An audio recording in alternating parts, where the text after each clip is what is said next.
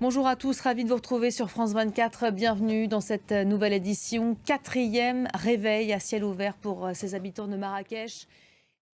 Et sachez que pour soutenir les victimes du séisme, la Croix-Rouge française lance un appel à la solidarité.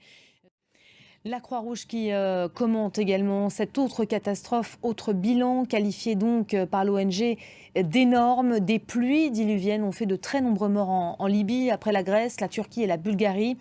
L'Est du pays a été frappé ces dernières heures par la tempête Daniel. Les autorités avancé hier le chiffre de 150 morts, contredit dans la foulée par le chef de l'exécutif de la région touchée. Il parlait lui plutôt de 2000 morts au moins, de milliers d'autres disparus. On va faire le point en images tout de suite avec Léo Péchard. On apprend à l'instant que le gouvernement libyen vient d'envoyer un avion chargé d'aide, 14 tonnes d'aide, des équipements, des médicaments également, d'autres fournitures destinées donc à cette région de l'Est. On aura l'occasion d'y revenir dans le détail avec nos chroniqueurs dans nos prochaines éditions. Toujours la même détermination en Israël. Des milliers de manifestants se sont de nouveau réunis hier soir à Jérusalem. Foule compacte, vous allez le voir, rassemblée devant la Cour suprême.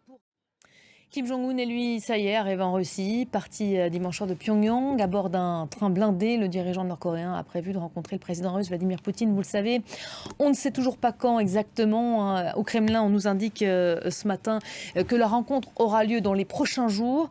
Les deux hommes devraient discuter de sujets sensibles sans prêter attention, prévient Moscou, aux mises en garde américaines. Washington qui redoute que Moscou s'approvisionne en armes pour sa guerre en Ukraine. Léo Péchard. Voilà, on tente d'y voir plus clair, d'aller plus loin. À vos côtés, Baptiste Falvoz. Bonjour. Bonjour Baptiste. Elisabeth. Je le disais, on sait qu'il va y avoir cette rencontre, on nous dit dans les prochains jours, mais les contours quand même de la visite, que ce soit sur le fond ou sur la forme, restent très flous. Oui, comme souvent avec Kim Jong-un d'ailleurs.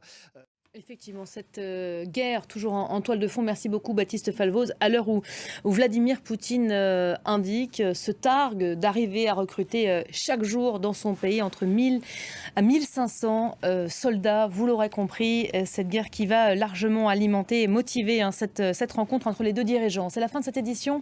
Merci à vous de l'avoir suivi. Restez à nos côtés. D'autres infos à suivre tout de suite sur nos antennes.